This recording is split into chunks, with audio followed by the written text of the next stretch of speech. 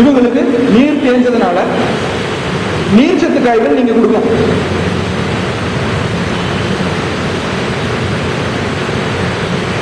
நீர்ச்சத்து நிறைய இருக்கிற உணவு. இது நான் சொல்றேன், இங்கிலீஷ் மெடிசன் இல்ல, நம்ம கான்செப்ட். மூட்டு தேஞ்சா அந்த ஃப்ளூயிடை ஃபார்ம் பண்றதுக்கு இந்த சொரக்காய், பூசணிக்காய், பீர்க்கங்காய், புடலங்காய், சின்ன வெங்காயம் இதெல்லாம் நீர் பதம் நிறைய இருக்கிற உணவு. நல்ல மோர், இளநீர், நீர்த்த மோர், இளநீர், இந்த மாதிரி உணவுகளை கொடுக்கும்போது நீர்ச்சத்து அந்த ஏன் நீர்ச்சத்து கொடுக்குறேன், எல்லாருக்கும் நீர்ச்சத்துக்கான உணவு தான் கொடுப்பேன், கவனிச்சா தெரியும் கிடையாது. இது இந்த நீரை ஊற வைக்கும்.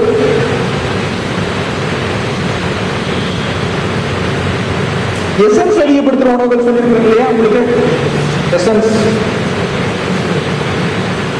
எசன்ஸ் அதிகப்படுத்துற உணவுகள் எது அப்படின்னா பால், வெண்ணெய், நெய், இந்த பாதாம், பிஸ்தா, முந்திரி, சரியா, இதெல்லாம் வந்து இந்த ஜவ்வை உருவாக்கும். காட்டில் ஜவ்வை உருவாக்கும். அந்த மாதிரி உணவுகளை அவங்கள எடுத்து சொல்லி இந்த எலும்பு சூப் சாப்பிடலாம். எலும்பு சூப்பு, எலும்புக்குள்ள இருக்கிற பச்சை ஜவ்வை உருவாக்குறது. எலும்பு பச்சை ஊன்னு சாப்பிடுவாங்க நான்வெஜிடேரியன்ஸ். எலும்பு சூப்புகளும் ஓரளவுக்கு உதவும் அவங்களுக்கு. ஆஸ்ட்ரோஆர்த்ரைட்டிஸ் நம்முடைய மெயினே ரெஸ்ட். கண்டிப்பா ரெஸ்ட் இல்லைன்னா ட்ரீட்மெண்ட்கே வர வேண்டாம்னு சொல்லி ஃபர்ஸ்ட் ட்ரீட்மெண்ட் ரெஸ்ட் தான். ரெண்டாவது ட்ரீட்மெண்ட் நீர்ச்சத்து உணவுகள், எசன்ஸ் அதிகப்படுத்துற உணவு.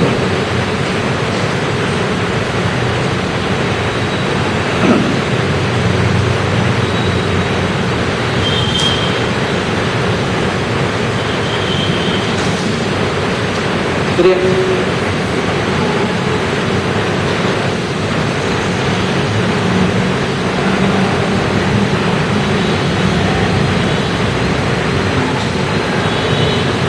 கால்சியம் மாத்திரைகள் நல்லா உதவும்.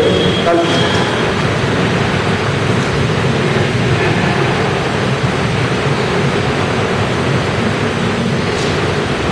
ஹோமியோபதி ஆகட்டும், அலோபதி ஆகட்டும், கால்சியம் மாத்திரைகள்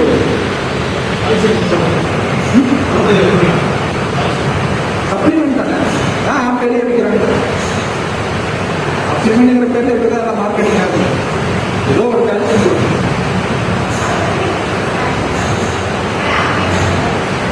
ஹேண்ட்மேட் அப்சர்வ் ரேட் நல்லா இருக்கும். அலோபதியில் ஸ்டாண்டர்ட் லோடு 500 something.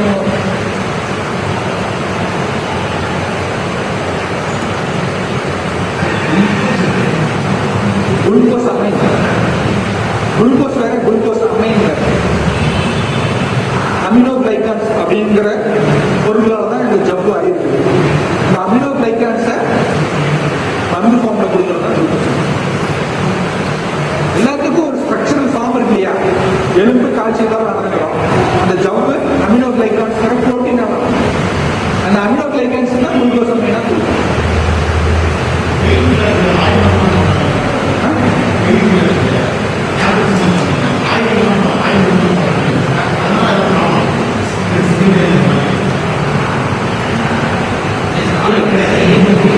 ஆமா, ஒவ்வொரு ஆயுர்வேதத்துல மூட்டு பல டைப்பா பிரிக்கிறான்.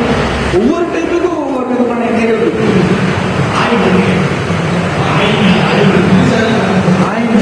ஆயின்மெண்ட் இங்கிலீஷ் மெடிசன்ல பெயின் கில்லர் தான் வரும். டைக்ளோஃபினாக் ஆயின்மெண்ட் இல்லை. டைக்ளோஃபினாக் ஒரு பெயின் கில்லர் இருக்கு.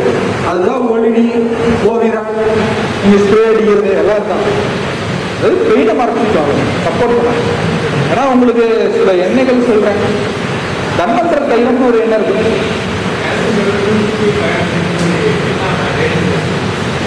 அது சிவியரிட்டி கணிச்சு கொடுக்க வேண்டிய சிவியரிட்டி கொடுக்கலாம். 60 வயசு இருக்கணும்.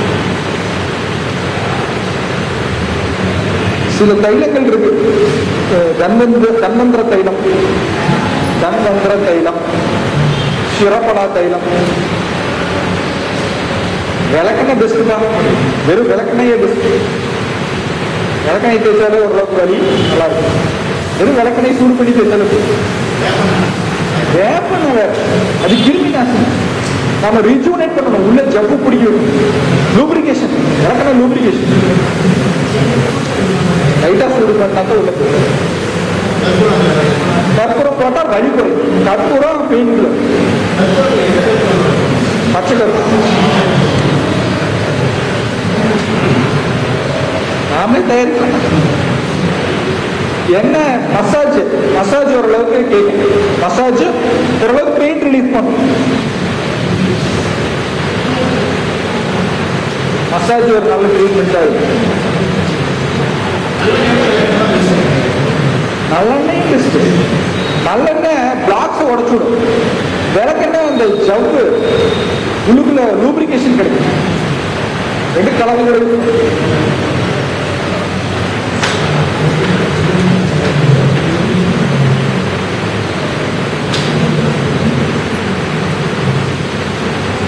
ஆனா நீங்க உட்காந்து பேஷண்ட்டுக்கு மசாஜ் எல்லாம் பண்ணிட்டு இருக்காரு.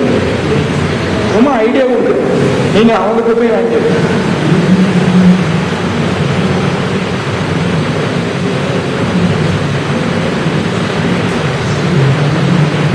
அதான் நல்ல தவிர்க்க வேண்டிய உணவுகளை தவிர்க்க சொல்லிடும். சரியா?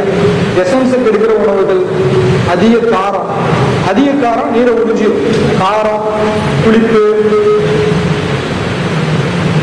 பழைய சாதம், பிராணசக்தி இல்லாத உணவு, இந்த ஃப்ரிட்ஜில் வச்சது, பாக்கெட்ல அடிச்சது, இந்த மாதிரி உயிர் சத்து இல்லாத உணவுகளை சாப்பிடக்கூடாது. குடிச்சு போனது, பழசானது, இந்த மாதிரி உணவுகளை தவிர்க்க சொல்லுங்க.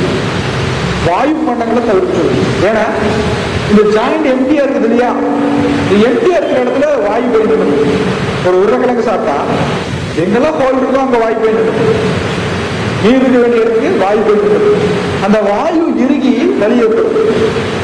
அதனால உருளைக்கிழங்கு, அவரை, மொச்சை, சக்கரவள்ளி, மரவள்ளி, சிப்ஸ், இந்த மாதிரி உணவுகள் எல்லாம் கட்டாயம் மூட்டு வலிக்க தவிர்க்கணும். புளிச்ச கீரை கண்டிப்பா அவங்க தவிர்க்கணும். கண்டிப்பா அதான் நல்லதே கிடையாது. அவரையெல்லாம் சாப்பிடவே வேண்டாம். அவரை எசன்ஸை உறிஞ்சுது. இந்து சக்தியை குறைக்கிற உணவு கெட்ட உணவு. அவரை கண்டிப்பா சில உணவுகள்லாம் வேண்டவே வேண்டாம். சொன்னேன், அவரை, மொச்சை, அதிக புளி, மைல்டான புளி ஒன்றும் பண்ணாது. மூட்டு வலி இருந்தால் புளி தவிர்க்கணும். கட்டாய புளி தவிர்க்கணும். புளி, வரமிளகாய்,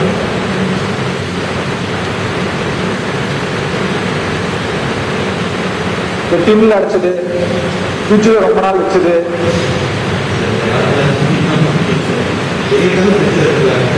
உங்க சாய்ஸ் வந்து உங்களுக்கு உண்மை facts, dealing with facts. Fact என்னன்னு தெரிஞ்சுங்க.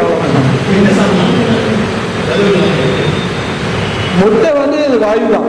ஆனா பாயில் பண்ணாம சாப்பிட்டா அது வந்து நல்லது. பாயில் பண்ணிட்டீங்கன்னா அது கேட்குது. பச்சை முட்டை வந்து போனுக்கு நல்லது.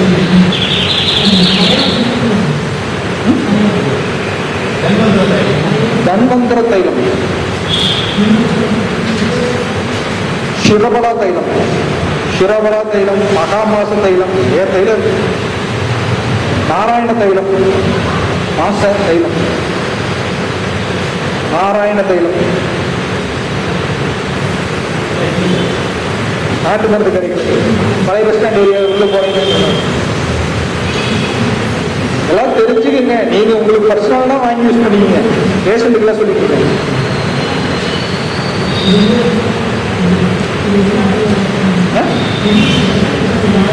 ஆயுர்வேதம் இருக்கு.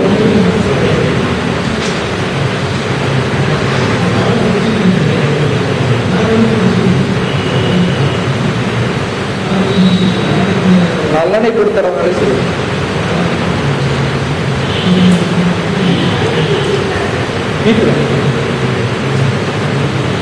சரி, இப்போ இது எதனால வருது அப்படின்னா வேர் அண்ட் டியர், தேஞ்சு போச்சு. அதாவது வியாதி குளிர் நிலையை அடைஞ்சிருச்சு. ஒரு வியாதி ஆரம்பிக்கும் போதும் வாயுல இருந்தா ஸ்டார்ட் ஆகும். வாயு, ஹீட்டு, டேம்பு, ட்ரை, கடைசியா வந்து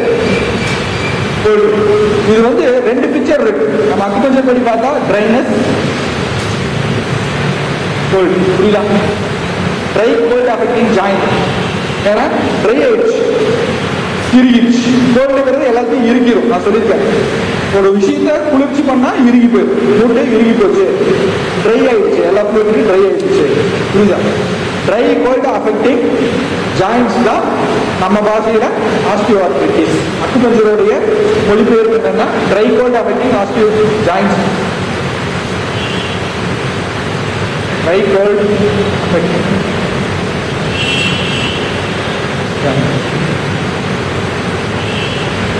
புரியுதா?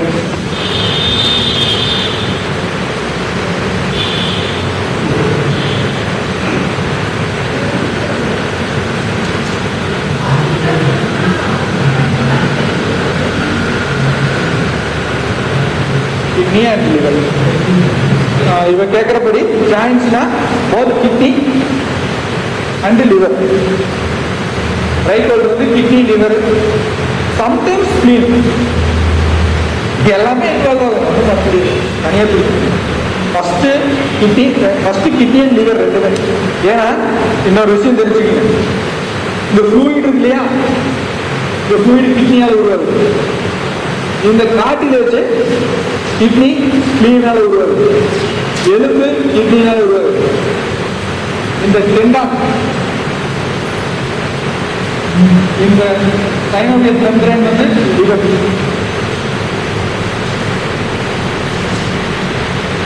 சைனோவியல் மெம்பரேன் வந்து லிவரால உருவாகுதா? சைனோவியல் ஃப்ளூயிடு கிட்னினால உருவாகுது. கேப்சூலு லிவர், இந்த டெண்டான்ங்கிறது லிவர். புரியுதா? Cartilage both the spleen and liver, the spleen and kidney. இப்போ உங்களுக்கு ஒரு தெளிவான பிக்சர் கிடைக்கும். போன் பாதிக்கப்பட்டா கிட்னி பாதிக்கப்பட்டிருக்கு, கார்டிலேஜ் பாதிக்கப்பட்டா கிட்னி ஸ்ப்ளீன் ரெண்டு பேரும் வேணும். கார்டிலேஜ் உருவாக அந்த சேரு மாதிரி பண்ணா டேம்னஸ், அது ஃப்ளூயிடு, டேம்னஸும் ஃப்ளூயிடு இருக்கிற கலவை தான் அந்த ஜவ்வு. சரியா? அப்போ ஸ்ப்ளீனோடைய சப்போர்ட் வேணும். ஸ்ப்ளீன்ல இருந்து தான் சயன் உருவாகுது, போலை உருவாகுது. அந்த போலை தான் மூட்டுக்குள்ள போய் உயர்வு பண்ணுது. ஸ்ப்ளீனு நல்லா இருக்கும், ஸ்ப்ளீன் கிட்னி ரெண்டு இருந்தால் தான் இந்த மூட்டு நல்லா இருக்கும். இந்த நார்கள் சுற்றி இருக்கிற நார்கள் எல்லாத்தையும் லிவர் தான் பொறுப்பெடுக்குது. புரியுதா? லிவர் தான் எல்லா தசை நார்கள், உரைகள், இது லிவர் உருவாக்கும். புரியுதா? அப்போ உங்களுக்கு மூட்டு வலி, இந்த மூட்டு வலியில பல விதம் இருக்கு. நான் இப்ப ஆஸ்டியோஆர்த்ரைட்டிஸ் பத்தி தான் பேசிட்டு இருக்கேன். சரியா? தெரிஞ்சுக்கங்க, ஜவ்வு தேயறதுனால வர மூட்டு வலி தான் இப்ப நான் பேசிட்டு இருக்கேன். எல்லாமே தேஞ்சு போச்சு. சரியா? இன்ஃப்ளமேஷன் ஒன்று சொன்னேன் இல்லையா? இன்ஃப்ளமேஷன் இங்க நடக்கலாம் இல்லையா? கார்டிலேஜ் நடக்கும், இங்க நடக்கலாம் இல்லையா? கேப்சூல்ல நடக்கலாம் இல்லையா? உள்ளுக்குள்ள இந்த சைனோவியல் மெம்பரேன்ல நடக்கலாம் இல்லையா? இந்த டெண்டான்ல நடக்கலாம் இல்லையா? இன்ஃப்ளமேஷன் எங்க வேணா நடக்கும். இன்ஃப்ளமேஷன் டெண்டான்ல நடந்தா அதுக்கு பேரு டீனோசைனோவைட்டிஸ். டீனோசைனோவைட்டிஸ். சரியா? இந்த சைனோவியல் மெம்பரேன்ல மட்டும் நடந்தா சைனோவைட்டிஸ். இங்க பர்சா இருக்குது, பர்சால் நடந்தா பர்சைட்டிஸ். கார்டிலேஜ்ல நடக்கிறதா ஆஸ்டியோ ஆர்த்ரைட்டிஸ். புரியுதா? புரியுதா? சொல்லுங்க. புரியல?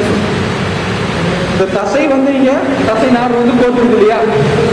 இந்த இடத்துல இந்த இன்ஃப்ளமேஷன் வருது.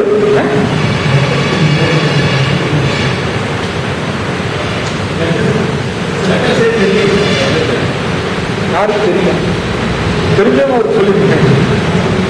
ஸ்பெல்லிங் சொல்லிட்டா டீனோ, டிஇஎன்ஓ டீனோ, எஸ்ஒய்என்ஓ விஏடிஎஸ்.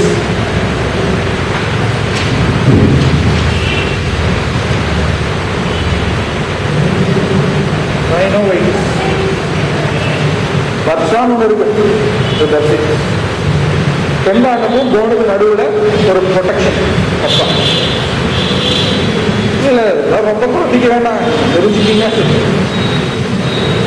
அதாவது நம்ம தேய்ச்சி போனதை பத்தி பேசணும்.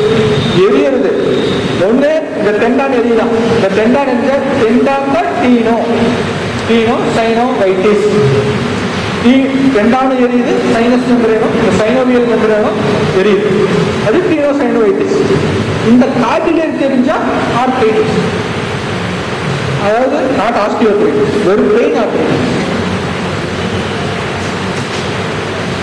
கார்டிலேஜ் மட்டும் இருந்தா அது ஆர்த்ரைட்டிஸ்.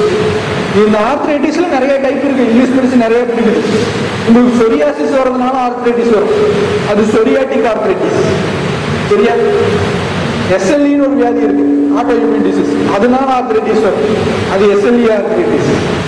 ருமட்டாய்டு வந்தா அது ருமட்டாய்டு ஆர்த்ரைட்டிஸ். ருமேட்டிக் ஒரு டிசீஸ் இருக்கு, அது வந்தா ருமேட்டிக் ஆர்த்ரைட்டிஸ். எந்தெந்த வியாதியில என்னென்ன சிபிலிஸ்ல வரும், சிபிலிட்டிக் ஆர்த்ரைட்டிஸ். புரியுதா? மொத்தத்துல காரணம் எதுவா இருந்தாலும் இந்த நெருப்பு பிடிச்சா ஆர்த்ரைட்டிஸ்.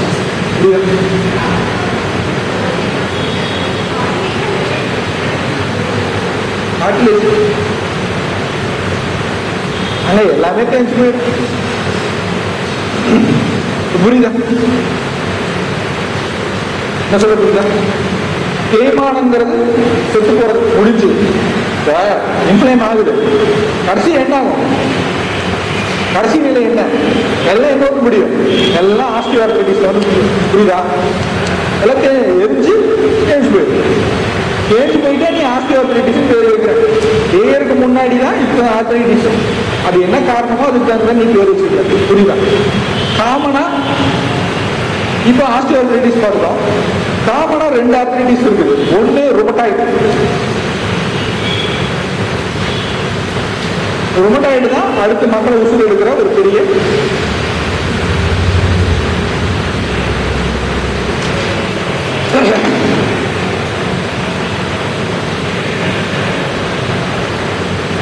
Rheumatoid arthritis.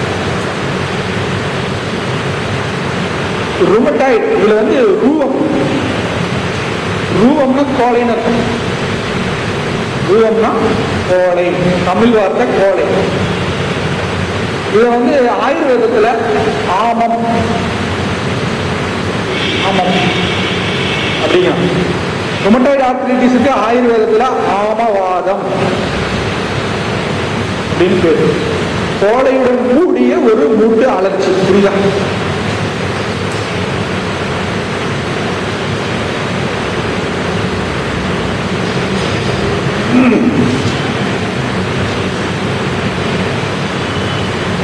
அதாவது பாடியில இப்ப நம்ம சாப்பிட்றோம், உணவு சாப்பிட்றோம், டைஜஷன் ஆகுது. சரியா டைஜஷன் ஆகல அப்படின்னா அந்த மிச்சம் மீதி இருக்கிற உணவு என்ன ஆகும்? அது கழிவு. அது ரத்தத்துல கலந்தா என்ன ஆகும்? எல்லாமே சுகர் ஆகுது. நான் சொல்றேன்,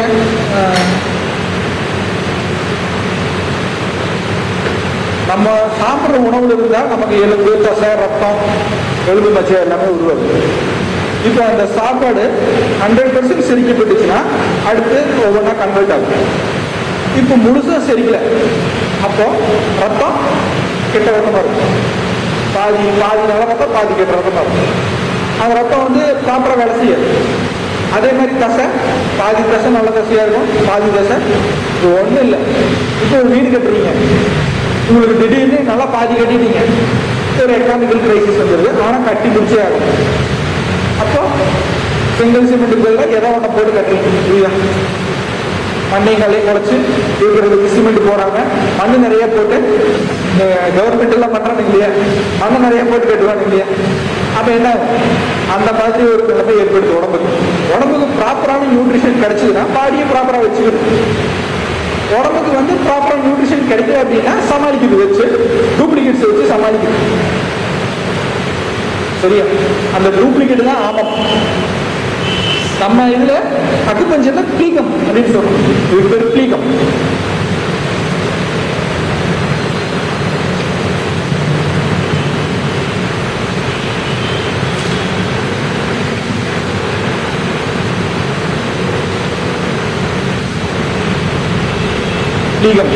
பிளீகம் கோழை, தமிழ்ல கோழை, சித்தர்பாட்டில் இருந்து கோழை யமன் அப்படின்னு சித்தர்பாட்டில் வரும்.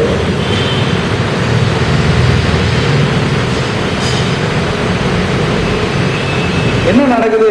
எல்லா வியாதிக்கும் தான் காரணம். ஆயுர்வேதத்துல ஆயுர்வேத சப்ஜெக்டை யாராவது படிச்சு கரைச்சி கொடுத்தீங்கன்னா எல்லா வியாதியும் இன்டைஜஷன் இருந்தா ஸ்டார்ட் ஆகுது. எப்போ உங்களுடைய ஜீரண உறுப்புகள் சீர்கெடுதோ அப்பொழுதுதான் வியாதி ஸ்டார்ட் ஆகுது. இந்த ஜீரண உறுப்பு சீர்கேடுறதுனால ஆபம் உருவாகுது, அதாவது கோழை உருவாகுது. இந்த கோழை பில்டிங்ஸ் வழியா ரத்த குழாய்கள் வழியா எல்லா பக்கம் பரவுது, உடம்புக்குள்ள பரவுது. அந்த கோழை எங்கெல்லாம் போய் தங்குதோ அந்த வியாதியை உருவாக்குது. அந்த கோழை ஹார்ட்ல போய் அடைச்சதுன்னா ஹார்ட் அட்டாக், பிரெயின்ல போய் அடைச்சா ஸ்ட்ரோக், பக்கவாதம், மூட்டுல போய் நின்னா மூட்டுவாதம், மடக்குவாதம், ஆமவாதம், ஏதோ ஒரு வாதம், கிட்னில போயின்னா கிட்னி ஃபெயிலியர். புரியுதா? ஆயுர்வேதத்துடைய எல்லா நோய்க்கு காரணம் இந்த கோழை, அதாவது ஆமம். இது போய் நம்ம சிஸ்டத்தை ஊடுருவி, இந்த ஆமம் நம்ம தசையில ஒரு பாக்டீரியா வாழ முடியாது, ஆனா ஆமத்துல ஒரு பாக்டீரியா வாழ முடியாது. புரியுதா? இந்த ஆமம் தான் பாக்டீரியா, வைரஸ், ஃபங்கஸ் இதெல்லாம் உள்ள தங்குறதுக்கு சொகுசு பண்ணி கொடுக்கறது இந்த ஆமம் தான். இந்த ஆமம் யாருக்கு உடம்புல அதிகமா இருக்கோ அவன் தான் அடிக்கடி நோய் போய்படுவான், அவனுக்கு எல்லா வியாதியும் இருக்கு.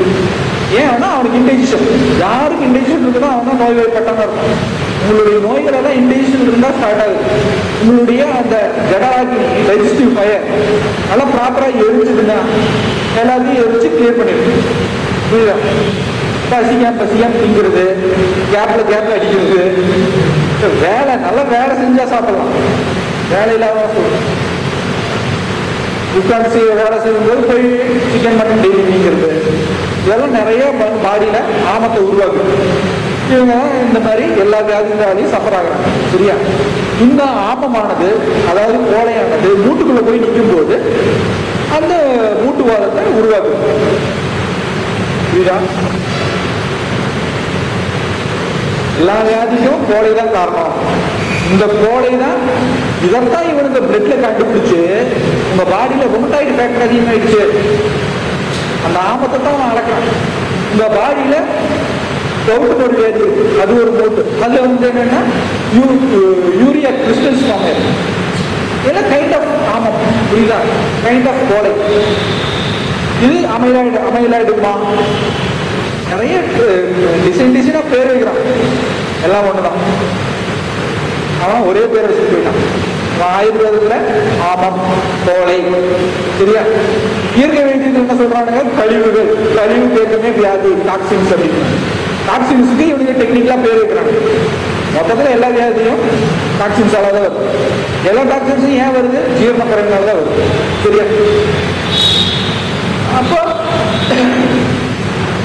இது ஒரு ஆமவாதம்ங்கிறது ஒரு குறிப்பிட்ட விதமான கோழை போய் மூட்டுகளை தாக்குற நிலை. சரியா? அதுதான் ஆமவாதம். இங்கிலீஷ் மெடிசன்ல ருமட்டாய்டு ஆர்த்ரைட்டிஸ் அப்படின்னு சொல்றோம். ஆஸ்டியோ ஆர்த்ரைட்டிஸுக்கு கேரக்டர் சொன்னேன், ருமட்டாய்டுக்கு நம்ம கேரக்டர் பார்ப்போம். இது யங் பீப்புள்ஸ், யங் 30-50 இந்த வயசுக்குள்ள இருக்கிறவனுங்க குறிப்பா அதிகமா தாக்கப்படுறது பெண்கள். அது இளம் பெண்கள், திருமணம் ஆகாத இல்ல திருமணம் ஆன பெண்கள். சரியா?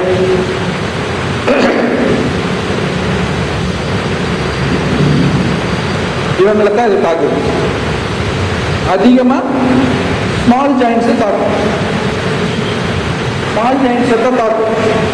ஆஸ்டியோஆர்த்ரைட்டிஸ் அதிகமா ஸ்மால் ஜாயின்ஸ் தாக்காது. அதுல வெயிட் பேரிங், எது வெயிட்டை பேர் பண்ணதோ அந்த ஜாயிண்ட் தான் தாக்கும். ஆனா இது டெக்னிக்கலா சின்ன சின்ன மூட்டா, கை இங்க வீங்கி இருக்குது, காலால் வீங்கி இருக்குன்னு வருவாங்க. பார்த்துருக்கீங்களா? கரவாங்கி யாரை பார்த்துருக்கீங்களா? கேஸ் கரவாங்கி கேஸ் இல்லை வீங்கி வரும். சரியா? ஸ்மால் ஜாயின்ஸை பர்டிகுலரா பார்க்கும். இன்னொரு ஒரு நல்ல விஷயம் என்னன்னா சிமெட்ரிக்கல் அட்டாக். என்ன சிமெட்ரிக்கல் அப்படின்னா, இப்போ ஆஸ்டியோஆர்த்ரைட்டிஸ் இருக்கு இல்லையா, அது இந்த மூட்டுல மட்டும் வரலாம், இந்த மூட்டு நல்லா இருக்கும், இந்த மூட்டுல வரலாம், இந்த மூட்டு நல்லா இருக்கும். இது ஏசிமெட்ரிக்கல். ருமட்டாய்டு இங்க வந்துச்சுன்னா இதுக்கு வரும், இந்த ஜாயிண்ட் அடிச்சா இந்த ஜாயிண்ட் வரும். புரியுதா? ஒரே டைம்ல ரெண்டு சைடு அஃபெக்ட் பண்ணும். அது ருமட்டாய்டோட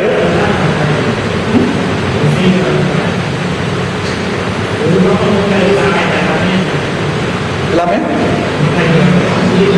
ஏன்னா மாத்தி சொல்ற, ஒரு பக்கம் வராது, ரெண்டு பக்கமும் வரும். ருமட்டாய்டுனா ரெண்டு பக்கமும் வரும். இங்க அடிச்சா இங்கேயும் அடிச்சிருக்கும், செக் பண்ணிக்கலாம். இங்க வலிக்குதா, இங்கேயும் வலிக்குது.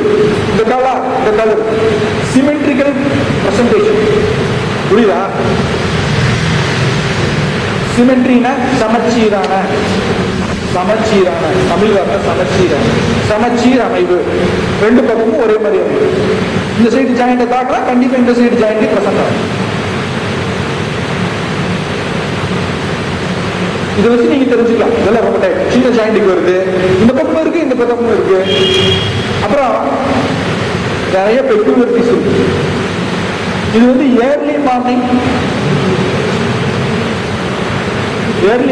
பயங்கரமா இருக்கும். காலையில் தூங்கி எழுந்திரிச்சுன்னே ஒரு 1 hour பின்னி எடுக்கும் வலி. 1 hour அதிகாலையில தான் இவங்க வலி உணர்வாங்க. பெட்டை விட்டு எழுந்திரிச்சுன்னே உங்களுக்கு வலி அதிகமா இருக்கும். சரியா? 1 மணி நேரத்துக்கு கை கால் அசைக்க முடியாது, எதுவுமே பண்ண முடியாது. அப்புறம் கொஞ்சம் கொஞ்சமா மூட்டை அசைக்க இவங்களுக்கு வந்து வலி சரியாகும். ஆஸ்டியோஆர்த்ரைட்டிஸ் மூட்டை அசைக்க வலி அதிகமாகும். புரியுதா? அவங்களுக்கு தேஞ்சு போச்சு. இங்க ஏன் மூட்டை அசைக்க வலி சரியாகுது? மூட்டுக்குள்ள கோலை நிக்குது, கோலை இறுகி பிடிச்சிருக்கு. மூட்டை அசைக்க என்ன ஆகும்? வெப்பம் உருவாகும். அந்த வெப்பம் கோலைய உருக்கிடும். அப்ப ஜாயிண்ட் ஃப்ரீ ஆயிடும். புரியுதா? நைட்டு தூங்கும் போது எல்லா கோலையும் உள்ள சேர்ந்துக்கும். ஆளை எழுந்திரிச்சுன்னே கையை பிரிக்க முடியாது. ஐயோ அம்மா தட்டுவாங்க. புரியுதா? ரிசல்ட் புரியுதா? பக்கவாதங்கிறது இந்த வாதம் மூட்டுக்குள்ள போயிருக்கு. பக்கவாதத்துல இந்த ஆமம் சொல்ற இல்லையா, ஆமம் மூட்டுக்குள்ள நுழைஞ்சா ஆமவாதம், அது நரம்புகளுக்குள்ள நுழைஞ்சு, அப்ப அது பக்கவாதம். அது பிக்சர். ஆனா டிசீஸ் ஃபேக்டர் இதுதான்.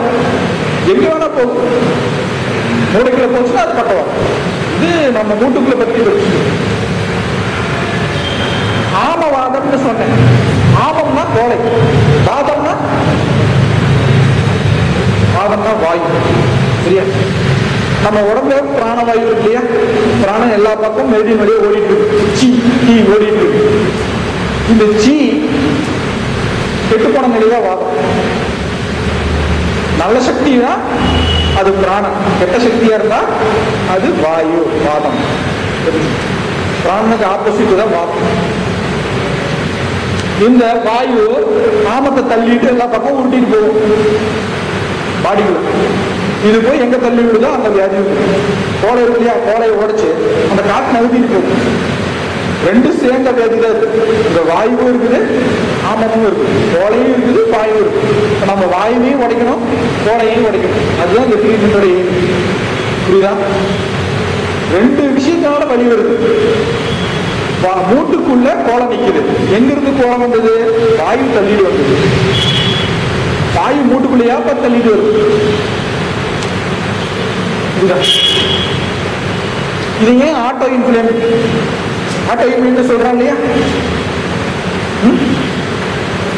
ஏன் அப்படிங்கிற காரணம் சொல்றது.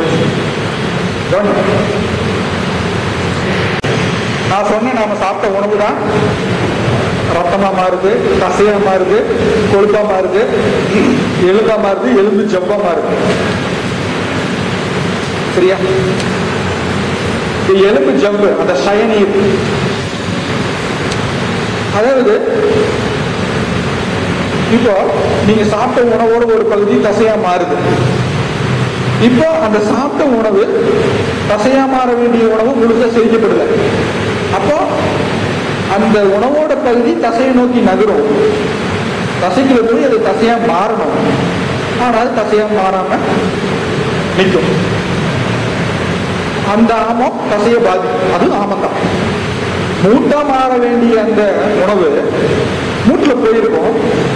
ஆனா மூட்டா மாறி இருக்காது, மூட்டு ஜவ்வா மாறி இருக்காது. அரைக்குற வேலை. புரியுதா? அதாவது பாடி பிளான் பண்ணுது. நம்ம உடம்புல தேஜஸ் சொல்றதா நாம சொல்ற ஸ்பிரிட். தேஜஸ் தான் ஜட அக்னியா இருக்கு. அதுதான் உணவை எரிச்சு செரிமானம் பண்ணுது.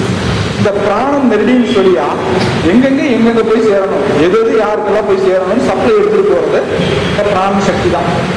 உணவு எடுக்கும்போது கால்சியமா போனுக்கு போட்டோம், சோடியமா நேராக பிளாஸ்மாக்கு போட்டோம், பொட்டாசியமா ஹார்ட்டுக்கு போட்டோம்.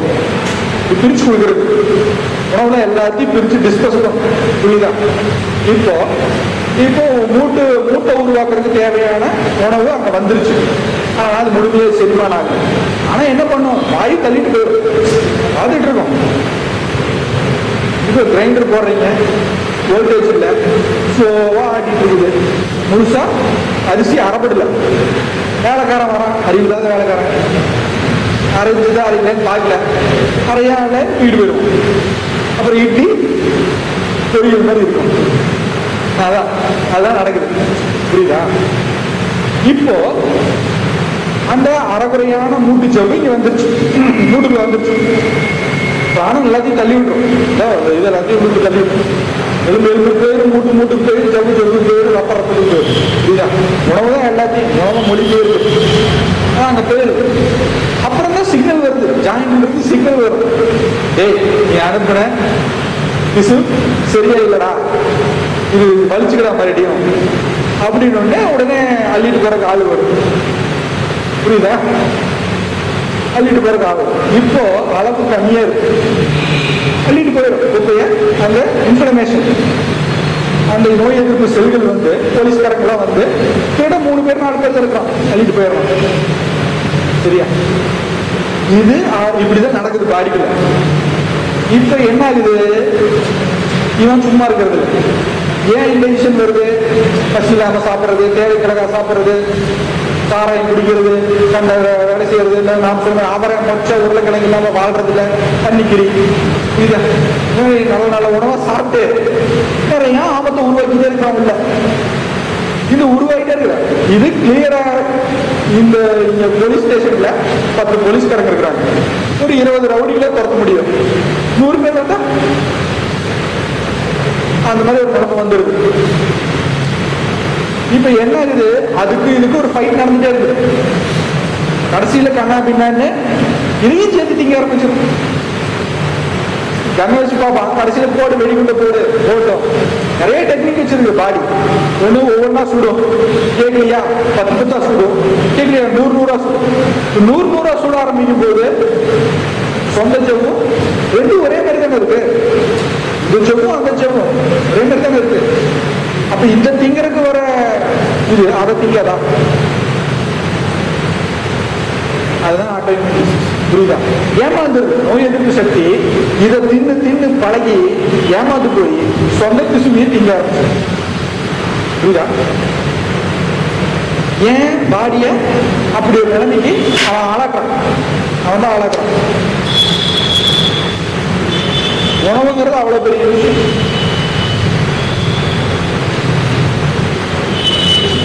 புரியுதா? இந்த ஆட்டோஇம்யூன் கான்செப்ட் புரிஞ்சுதான். இப்படிதான் எல்லா ஆட்டோஇம்யூன் டிசீஸும் நடக்குது.